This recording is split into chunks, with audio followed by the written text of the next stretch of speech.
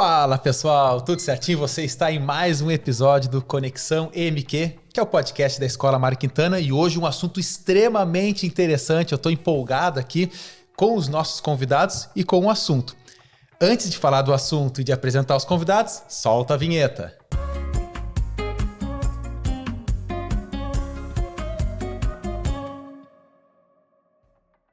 Pessoal, vamos falar do excesso do uso de telas, que é uma realidade na sociedade, em nós adultos, nas crianças, e quais são os riscos que isso pode trazer para a nossa vida, né? E visando também as crianças que estão aí em período de desenvolvimento, em período escolar, em período de crescimento. E para isso, nós trouxemos dois convidados. Temos aqui o Dr. Leandro Reckers, que é ortopedista e médico do esporte, e o Dr. Eliezer Duarte, que é oftalmologista, especialista em blefaroplastia e cirurgia de catarata. Muito obrigado pela presença, deixa eu cumprimentar aqui, certinho. Prazer. Então, gostaria de começar a fazer a pergunta para o Leandro. Doutor Leandro, eu li que a inclinação do nosso pescoço, quando a gente está mexendo no celular, ou no tablet, ou até no computador, tem um probleminha aí na questão de dores que tanto os adultos quanto as crianças também podem sentir, né? Tu pode falar um pouco sobre isso? Sim. Isso se chama síndrome do pescoço de testo. Essa nomenclatura surgiu em 2008, mais ou menos, por um quiropraxista americano. Ele que descreveu pela primeira vez. Mas, na verdade, tudo iniciou lá no início do século XXI, no ano 2000, por ali que começou esses probleminhas quando surgiram dispositivos eletrônicos mais em evidência, mais no Brasil, por exemplo, vamos dizer assim, né?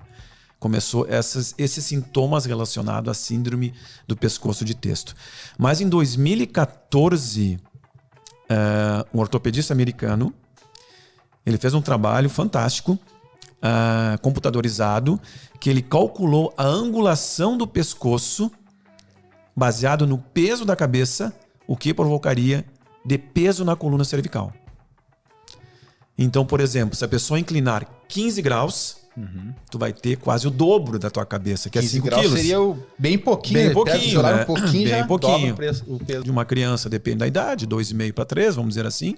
Se tu angula 30 graus, tu vai para 18 quilos de peso na cervical. Triplica já. Se tu angula 45, 22. E se tu angula 60 graus, quase 30, 27 quilos. Isso no adulto. Na criança é um pouco menos, claro. Mas é muito peso em cima da coluna cervical. E isso hoje em dia está comprovadamente bem definido, como isso provoca sintomas, às vezes até sérios, em pessoas que usam muito celular, por exemplo. Então, às vezes a gente tem aquela dor, nem percebe, que passa o dia inteiro, né? Assim, muitas vezes, trabalhando e no celular. E as crianças, também pode acontecer em crianças, essa dor também, esse problema de postura? Não acontecia, mas como começou tudo, principalmente na pandemia, que todo mundo ficou em casa, as crianças começaram a sentir sintomas e daí começou a se preocupar com isso. O que está acontecendo? Se uma criança vai sentir sintomas do quê? Só pode ser do celular. Daí começou a se estudar muito isso. Meu Deus. E, doutor Eliezer, deixa eu perguntar, aproveitando, porque a gente com o celular assim, muitas vezes a gente está muito perto do celular, né? E fica aquela luz no nosso rosto.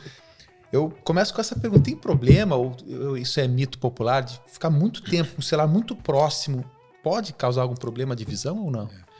Bom, assim, o uso excessivo da visão de perto, ele pode induzir a formação de graus de miopia. Isso principalmente em crianças, em que o olho está em desenvolvimento e crescimento. O excesso do uso da visão de perto, sobretudo nas telas, nos dispositivos eletrônicos, induz ao aumento do tamanho do olho, né?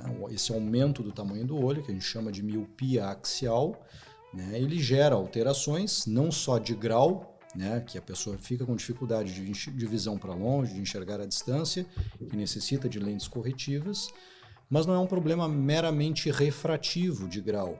Esse aumento do tamanho do olho gera outras consequências, é um fator de risco para outras doenças oculares, como glaucoma, como descolamento de retina, que são potencialmente graves. O que seria o descolamento de retina? Descolamento de retina é quando a retina, que é a parte do fundo do olho, ela se desprende das camadas profundas, ela descola, né? Isso leva a uma perda de visão. Tem que ser feito cirurgia, tratamento para isso. Eu já ouvi falar em deslocamento de retina que andar de ônibus lendo pode causar isso. Será que é verdade? Não. Essa situação não tem relação assim com o fato de estar dentro de um veículo, né? O descolamento de retina é uma situação que pode acontecer espontaneamente ou por um trauma, por exemplo, né? E algumas situações, como a miopia, em que o olho cresce mais do que deveria, a retina acaba tendo fragilidades.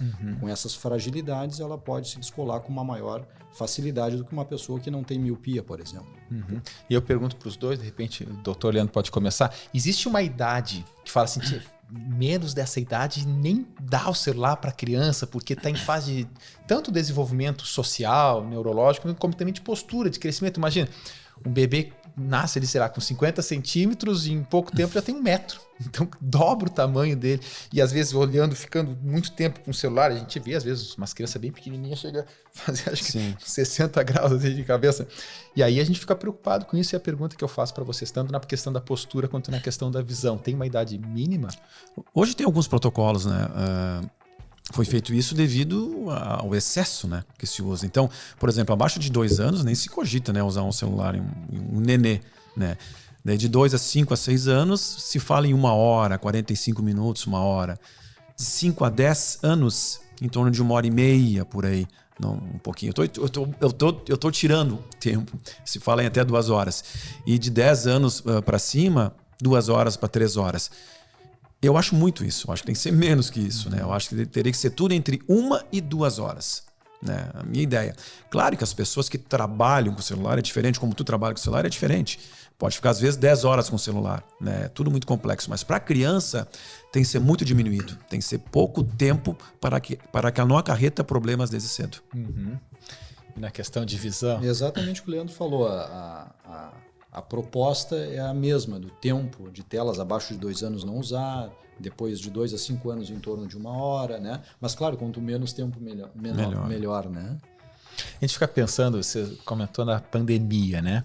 Foi um boom. Nós, professores, muitos colegas, assim, eu já estava na internet, mesmo assim, já entendendo, apanhei bastante para conseguir adaptar aulas na internet e tal, os alunos. Então mudou a cultura e talvez vocês tenham notado algum aumento de pacientes de todas as idades que tenham procurado tanto com dores posturais quanto problemas de visão por causa desse aumento que explodiu na pandemia? Sim, isso não só é uma impressão clínica no consultório, como uma evidência global, assim, né? Isso é uma percepção geral, né? Não é isoladamente. Né? A miopia aumentou bastante nos últimos anos, né? E pela mudança de hábitos das gerações. Né? Então, gerações anteriores não existiam esses dispositivos, a incidência de miopia era muito menor. Né? E hoje se estima que 30-35% das crianças possam ter miopia, né? E há estimativas de aumento desses números nos próximos anos. Então é uma situação bastante frequente. Miopia quem é problemas de visão para longe. Principalmente, né? Uma dificuldade para a distância. Por causa dessas alterações do tamanho do olho. O olho cresce mais do que deveria, um aumento do diâmetro do olho e gera essas alterações de grau para longe. E a questão da pandemia? Na pandemia, a ortopedia, os casos aumentaram muito, né? Muito, mas muito. Existem trabalhos depois de 2020, né? 2021, 2022, 2023, que os títulos são interessantes. Assim, os trabalhos são assim, por exemplo, Síndrome do pescoço de testo, desvendando uma epidemia. Epidemia, vários sintomas semelhantes em vários locais diferentes. Então, os trabalhos estavam tentando desvendar uma epidemia numa pandemia.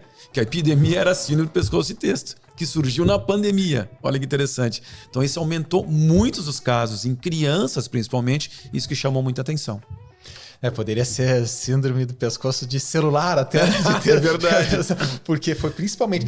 A gente anda na rua às vezes e é impressionante, né? Porque como as coisas mudam tão rápido assim e a gente não percebe. E nós fazemos parte de tudo isso, né?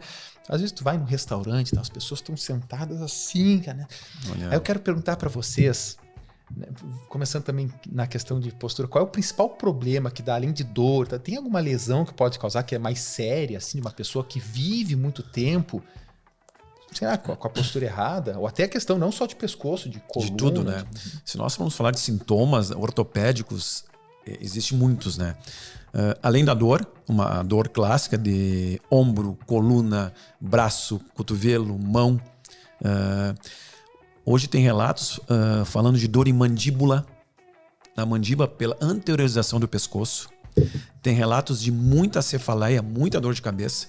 Tem trabalhos mostrando de crianças e adolescentes de 5 a 17 anos, 48 a 50% das meninas têm dor de cabeça. Os meninos um pouco menos, né? Então a cefaleia é muito comum. Formigamento nas mãos. Os pacientes vão no consultório com formigamento, os pacientes jovens podem confundir o médico. Se o médico não se aprofundar na síndrome do pescoço e testo, e muitas vezes ele não descobre, né? Então os sintomas são variados. E como a criança e o adolescente toleram muito isso, eles muitas vezes não falam. Eles vão falar no final, quando estão com dor mesmo. Daí os pais levam no consultório, né? E também outro detalhe importante, que o adulto aumentou também e o idoso também. Porque o idoso está usando muito o celular. O idoso achou o celular para ficar com ele. Muitas vezes o idoso é sozinho. E o celular é amigo dele. Ele está usando em demasia, mas muitas vezes da forma errada, com o pescoço para baixo. Bem, eu acredito que para uma pessoa que já está na terceira idade, assim, os sintomas devem ser muito mais evidentes na questão postural, né? São mais evidentes. Porque ele já está talvez ali com um desgaste maior de cartilagem, né? A dor é maior, ele tem mais formigamento, ele tem patologias mais sérias, né? Mais sérias que vão acumulando ao longo do tempo, né? Doutor Eliezer, deixa eu perguntar. Acontece com todo mundo também, a gente não pode falar que isso é só... acontece comigo. Eu acordo às vezes, 7 da manhã, será que alguém mandou mensagem? E tu ainda nem teve aquela adaptação à claridade, ainda tu já pega o celular e coloca na frente, assim. Tem algum problema nesse sentido que tu possa falar para nós? Tipo, não somente pelo excesso, assim, cara, tu acordou, tu nem, sabe, tua visão ainda nem se aclimatou e tu já tá com o celular ali na frente. Não é um problema especificamente pelo uso nesse momento, né? Não vai fazer diferença se é logo depois que acordou ou um pouco mais tempo, né? Na questão do uso excessivo, né? O problema principal é o uso excessivo das telas, né? E isso acontece mais, essas alterações relacionadas a doenças do olho, a desenvolvimento de miopia, principalmente em crianças. Né? Em adultos isso é menos comum, né? Esse tipo de alteração, mas outros sintomas, como fadiga, cansaço, olho seco, sim, se relacionam muito ao uso de telas. A pessoa está tão concentrada que nem pisca o olho. Exatamente. Ali. A gente, quando está lendo muito concentrado numa tela, a gente pisca menos. Piscando menos, a gente lubrifica menos o olho e isso deixa o olho seco, embaça a visão, cansaço final do dia. São sintomas muito prevalentes no consultório. Deixa eu aproveitar, então. Eu estava lendo e gostaria que você falasse um pouco mais. Que é uma medida, imagina, como eu, várias outras pessoas têm que trabalhar muito tempo na frente de telas, né? E eu li numa tal que é 20-20 dias, seria uma medida para evitar a fadiga da visão. O que seria isso? Poderia explicar para a gente? Essa é uma regra chamada 20-20-20, né? Então, a cada 20 minutos do uso de tela, a gente deveria ficar 20 segundos olhando a distância a 20 pés, que seria uma medida em torno de 6 metros. Então, a cada 20 minutos de exposição a telas, 20 segundos olhando para longe, para o outro lado da rua, para uma árvore, enfim, para a distância, por alguns segundos para relaxar a musculatura interna do olho, né, e permitir, né, que o olho relaxe e diminua esse estresse causado pelo excesso do uso da visão de perto. Interessante. Deixa eu perguntar agora uma questão também bem de escola, né? Eu sou professor, durante muitos anos fui professor presencial e uma luta que aumenta constantemente e que aumentava, que agora a gente tem uma resposta para isso, embora ainda no Brasil, que é gigante, a gente ainda tenha alguns problemas para resolver isso, mas que foi a proibição do uso de celular em sala de aula, né?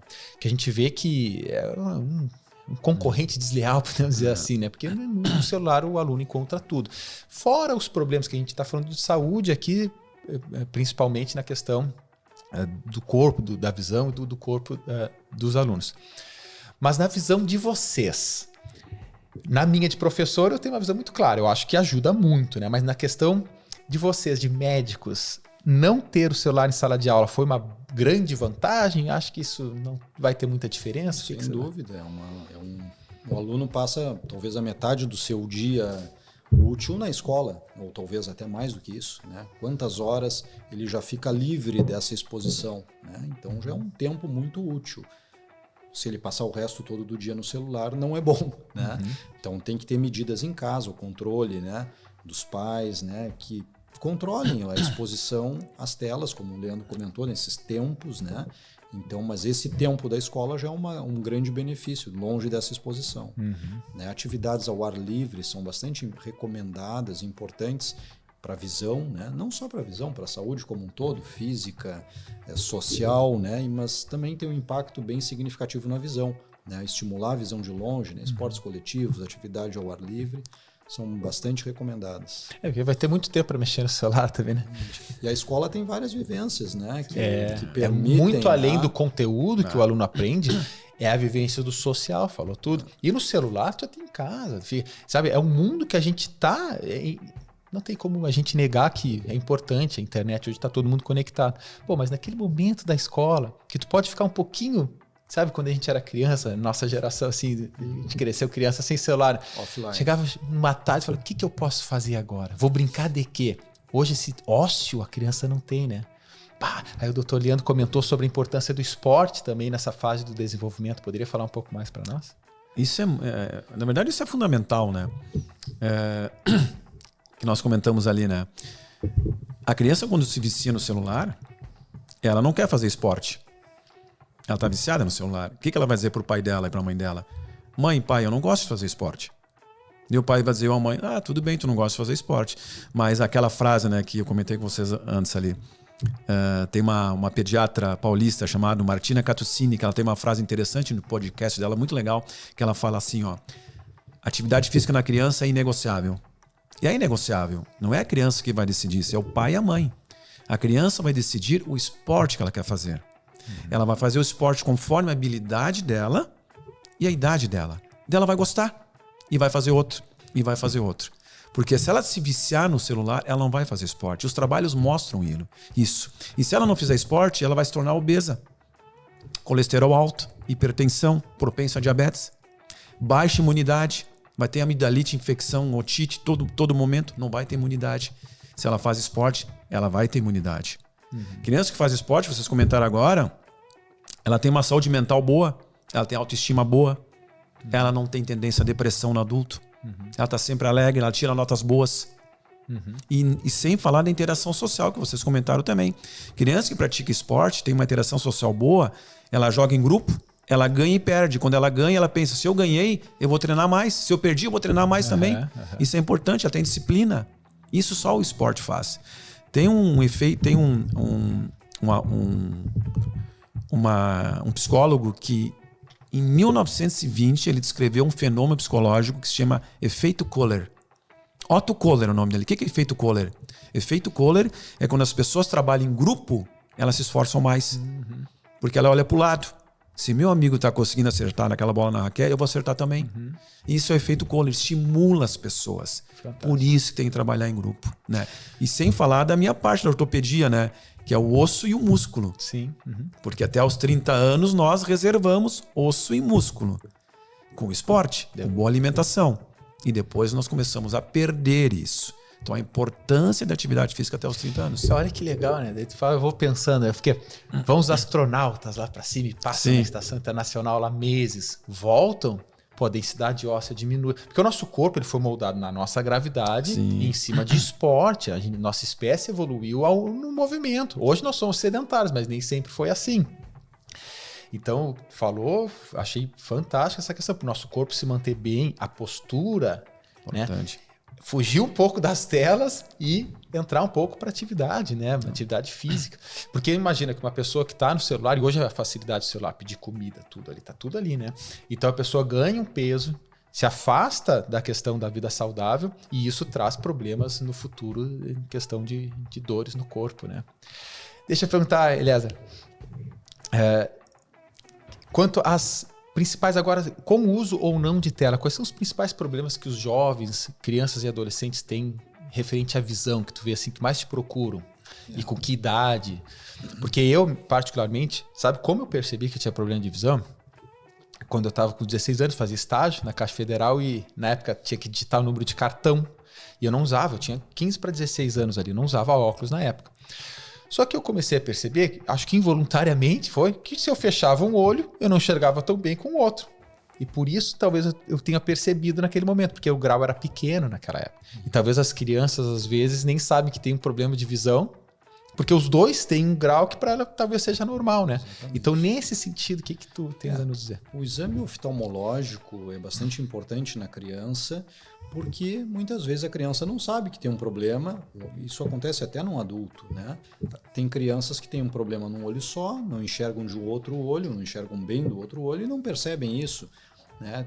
Eu já vi uma situação de uma criança conversando com os pais, disse, eu não enxergo deste olho esquerdo, que é normal. Ele achava que como ele era destro, o olho esquerdo enxergava menos, que era normal aquilo. Assim como a mão esquerda não era tão boa quanto a direita, ele achava que o olho esquerdo enxergava menos. Sempre foi assim, para ele isso era normal. Então tem coisas que a gente não imagina, né? Que às vezes só no exame oftalmológico pode ser percebido. As principais alterações são questões de grau, né? Erros refrativos, que variam desde miopia, astigmatismo, hipermetropia, né? E na criança isso pode ser bastante grave, inclusive, erros refrativos não corrigidos. A criança, ela não nasce, o bebê, com uma visão do adulto. A visão ela vai se desenvolvendo à medida que ela vai sendo estimulada. Então, por exemplo, erros de grau, erros refrativos numa criança que não forem corrigidos, aquele olho que tem esse problema, ele pode não se desenvolver como deveria. Tu diz na questão do processamento? No processamento da imagem. O cérebro, entre aspas, ele não reconhece a imagem daquele olho. Digamos que ela tem uma diferença de grau de um olho para o outro. O cérebro vai usar isso, entender a imagem daquele olho melhor e vai acabar ignorando a imagem do olho pior. E isso, por isso que muitas crianças precisam, na infância, fazer o uso daqueles tampões. É isso que eu ia perguntar. Aquelas oclusões justamente são por isso. Para estimular o olho que não está se desenvolvendo bem a se desenvolver. Então se tapa o olho bom para estimular o olho pior, né, a enxergar. Para que tenha o processamento. Para que o cérebro consiga reconhecer essa imagem e aquele olho se desenvolva. E isso acontece na criança pequena. Depois dos 7, 8 anos de idade, esse problema instalado, que a gente chama de ambliopia, muitas vezes ele é irreversível. Nossa. Não se melhora mais. Tem que fazer esse tratamento. Quanto menor a criança, melhor. A plasticidade neuronal é maior numa criança pequena e se consegue um resultado melhor do tratamento. Então a criança, por exemplo, pode precisar do óculos e de uma oclusão, né, para estimular a desenvolver a visão daquele olho que está comprometido. E aí, quais são os sinais que os pais têm que estar atentos assim, nas crianças? Acho que todos os pais têm que levar a criança no oftalmo já. Eu diria que o exame oftalmológico, mesmo sem qualquer sintoma, é importante. Né? Claro que tem sinais, né, que podem ser mais evidentes de problemas. Por exemplo, estrabismos, né, desvios do olho, né, alguma dificuldade, alguma queixa, alguma percepção de dificuldade visual por parte dos pais ou mesmo da criança. Mas não esperar esses sintomas, né? Fazer um exame oftalmológico independente de ter queixa ou não, porque às vezes a gente se surpreende. Mas tem alguma coisa que as crianças... Porque eu me lembro que na minha época falava criança franzindo os olhinhos assim, ou sabe? Isso é um sinal também, Pode ou tem outro? Sinal, sim. Esses dias até uma professora da minha filha, no Mário Quintana, suspeitou de um problema de um coleguinha e ele realmente foi lá consultar comigo e ele realmente precisava de óculos, né? Ele estava com dificuldade de visão. Então isso é uma percepção que acontece até através dos professores da escola, né, dos pais, familiares, qualquer alteração, é importante realmente fazer um exame. E na questão da ortopedia, doutor, tem algum sinal que a criança possa... Porque a gente imagina que dores referentes às articulações, aos ossos, aos músculos, né, venham com uma certa idade. Mas fora tudo isso que a gente falou sobre os cuidados, não ficar com a cabeça inclinada, evitar as telas por longos períodos, algum sinal que os pais têm que estar atentos? Falam, será que eu tenho que levar essa criança num ortopedista para fazer uma avaliação? Alguma coisa que tu te lembre assim? Os pais geralmente levam quando eles olham para a criança e acham que a criança está um pouco corcunda, um pouco torta, eles falam assim, né? Mais por esse motivo. Mas eu sempre falo para os pais, né, que cuide o celular há muito tempo, acho que esse é um sinal importante. E cuide as notas, né? Se a nota está baixa, está usando muito celular. Geralmente está associado. Né? Nota baixa no colégio, geralmente está usando muito celular. Né? Mas geralmente é por postura, né? A criança não fala em dor. Né? Geralmente os pais levam pela postura. Muito interessante. Então a pergunta que eu faço para os dois é para aqueles pais que estão preocupados com seus filhos, que mesmo eles tentando que os filhos não usem tanto as telas, os filhos ainda usam, mesmo que tentem reduzir. Quais são as dicas que vocês dão para os pais na questão de, poxa, o ideal é reduzir dessa forma, ou fazer uma atividade física, enfim, na questão pensando sempre na saúde dos filhos deles. A redução do uso de telas é o objetivo, né? A forma como isso vai ser atingido, claro, vai depender de cada realidade, de cada família, né? O estímulo ao esporte, eu acho que é uma situação, uma oportunidade que deve ser aproveitada, e exemplo, né, é importante, né? Se a gente faz atividades físicas, os filhos da gente vão ter esse exemplo, né? E é possível fazer atividades em conjunto, né? Esporte junto com os filhos, crianças talvez maiores, né? Praticar algum esporte que seja que vai gerar uma integração, né? Uma amizade, né? E permita, né, mais tempo longe desses dispositivos. Então, acho que a atividade física e a gente estar presente junto com os filhos, eu acho que é uma dica importante, uma sugestão, né? Talvez para eles se afastarem um pouco do interesse. E a gente se afastar telas, também. Né? A gente, porque isso é um problema. A gente fala, olha pessoal, vocês falaram agora, já não lembro qual dos dois doutores falou aqui, mas questão de dor de cabeça, eu nunca tive tanta dor de cabeça quanto tenho nos últimos anos aí, em questão de frequência, né? Muito deve ser por causa do uso do trabalho nisso. E o senhor? Olha, o exemplo dos pais, né, é fundamental em casa, né? Se o pai e a mãe usam o celular no almoço, na janta e no café da manhã, as crianças vão usar também. Então não use, né? É a primeira coisa, né? Tirar o celular o tempo todo a gente não consegue, mas vamos reduzir o tempo, né? 2 horas para um adolescente, né? Não precisa passar mais tempo que isso, né? E como a gente falou tanto de esporte, o esporte, eu já comentei com vocês agora que tem um trabalho da Unesp, Universidade Estadual Paulista, publicado agora 2 meses atrás ou 3 meses atrás. Eles correlacionaram o pai ativo, a mãe ativa, com a criança ativa, pai sedentário, mãe sedentária, enfim. Resumindo assim, pai ativo, mãe ativa, a criança será ativa na infância e ativa no adulto. Mãe e pai sedentário, criança sedentária na infância e no adulto. E nesse trabalho mostrou que a mãe tem influência 2 vezes mais que o pai de influenciar uma criança para fazer atividade física. Então, mães, vamos levar os filhos para atividade física. Vendo? É interessante, né? Muito. Tem uma frase que diz: a palavra convence, o exemplo arrasta, né? É isso aí. Então, eu quero também aproveitar, né, pessoal, porque são 2 médicos aqui, fizeram medicina, e eu sou professor, né? E sei que o sonho da gurizada de muitos é passar em medicina, que é o curso mais difícil no Brasil, incontestavelmente. E agora falando um pouco da experiência, sair um pouco da questão de saúde, de oftalmo, de ortopedia. A medicina, o que vocês falam para os jovens que sonham fazer em medicina, que estão no momento de estudar, que vão fazer o vestibular no final do ano, tá? Um pouco agora da experiência profissional e de estudante que vocês tiveram lá atrás. Podia começar. Bom, a medicina é uma profissão, suspeito para falar, né? Mas é uma profissão muito bonita e permite várias áreas de atuação, né? A gente pode gostar mais de uma área, gostar mais de outra, tem várias formas, né, de se trabalhar na medicina, né? Então é uma profissão bonita, né? Uma profissão que tem muitas coisas e pode ajudar muitas pessoas de maneiras diferentes, né? Então eu sempre gostei, tive exemplos na minha família, né, de vários médicos. Então para mim, eu já cresci, né, dentro de uma família de médicos, enfim, então, e que me estimularam, né? Dentro mesmo da minha especialidade, eu tenho 3 tios que são oftalmologistas, então já fui meio para este caminho também. Então os exemplos, né, que a gente vê, né, nos estimulam para essas coisas, né? E a medicina, claro, existe um período longo de formação, um árduo, né, nos estudos, mas que é muito gratificante. A nossa prática diária, né, nos gratifica, né, de todo o esforço e vale muito a pena. Eu acho que é uma profissão muito, muito bonita. Deixa eu só te perguntar antes de passar para o doutor Leandro. E a dificuldade em passar no vestibular também não é fácil, né? O vestibular é uma barreira, né? Tem que estudar. Tem que estudar. O que eu falo assim, tu não vai passar medicina se não estudar. Não vai, tem que estudar, tem que ser um pouco da zona de conforto para sim, faz parte, né, desse esforço, né, para vencer essa barreira, né? Mas vale a pena, compensa.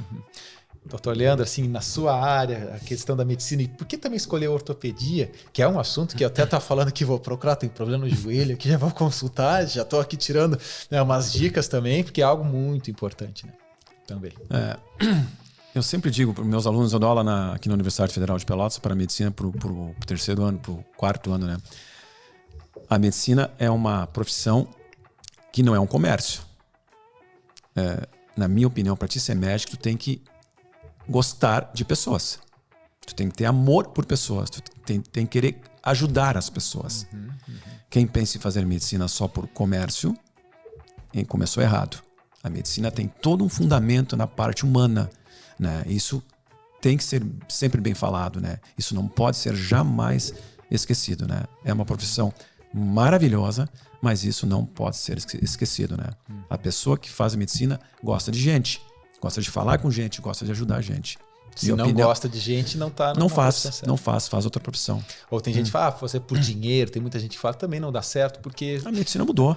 E na minha visão, cara, na vida não é só dinheiro, mesmo que gratifique bem a medicina, se tu não gostar daquilo, tu vai ser infeliz, porque eu falo para os alunos assim, pessoal, eu sou chamado assim numa entrevista que eu vou dar, biólogo, ou professor biólogo Samuel Cunha. Eles são chamados de médicos, de doutores ortopedistas, de oftalmo. Então, é o que tu vai ser. A tua profissão, muitas vezes, é de como você vai ser chamado. Então, tem que gostar daquilo, né? E aí, aproveitando, a gente não chegou a aprofundar, gostaria que falassem um minutinho para cada um, falar um pouco mais sobre o trabalho de vocês, e se o pessoal quiser encontrar vocês nas redes sociais, como é que encontram vocês? Bom, eu trabalho num consultório particular, né? Lá no Parque Una. A minha clínica fica no edifício Flowwork. Né? E eu tenho rede social, através do Instagram, elieserduarte.oftalmo. Né? E ali eu falo um pouquinho sobre algumas áreas principais de atuação, como a cirurgia de catarata, a parte de plástico ocular, né? Que é a qual eu me dedico bastante. Então ali o pessoal me encontra com facilidade. Fantástico. Eu sou ortopedista e traumatologista, trabalho em consultório particular também, né? Sou professor universitário aqui da Federal de Pelotas, sou preceptor da residência médica aqui da Santa Casa, trabalho muito com próteses de quadril e joelho em geral, mas esporte em geral também. Todas as redes sociais dos doutores e as nossas da escola estarão aqui. Sigam a gente, se inscrevam no canal, vamos juntos, pessoal. Aí, para finalizar, que o nosso tempo já está estourando, eu deixo as considerações finais para os nossos convidados. Se eles quiserem dar a última dica ou só se despedir, fica com eles também, com vocês. Primeiro, doutor Leandro, por favor. Agradeço muito o convite, fiquei muito feliz com o assunto. É um assunto que ele está muito em evidência na ortopedia e no oftalmo. São duas especialidades que estão lidando muito com isso, né? E assim, eu sempre digo, em crianças e adolescentes, os pais vão dar esse rumo. Certamente eles vão dar esse rumo com esse cuidado maior. Isso parte tudo inicialmente da nossa casa. É a minha dica. Fantástico. Perfeito. Eu gostaria também de agradecer o convite. Obrigado, Samuel. Obrigado à escola pela oportunidade. E a dica é: fujam das telas o máximo que puderem, né, nas crianças. Os pais têm essa responsabilidade, esse compromisso. A gente tem que assumir como pais. Eu sou pai de 2 filhas. A gente tem que assumir, né, esse compromisso, essa responsabilidade e perceber isso, porque no dia a dia às vezes passa despercebido. A gente tem que tomar essa atitude. A gente sabe, pessoal, que muitas vezes cuidar de criança e nesse mundo corrido tá com muito uso de tela, mas não é saudável. A gente tem que estar sempre pensando, a gente está aprendendo, porque nós somos a geração de pais, estamos vendo nossos filhos crescer no meio, eles já nascem com o celular na mão, se tu deixar. E aprendem muito rápido.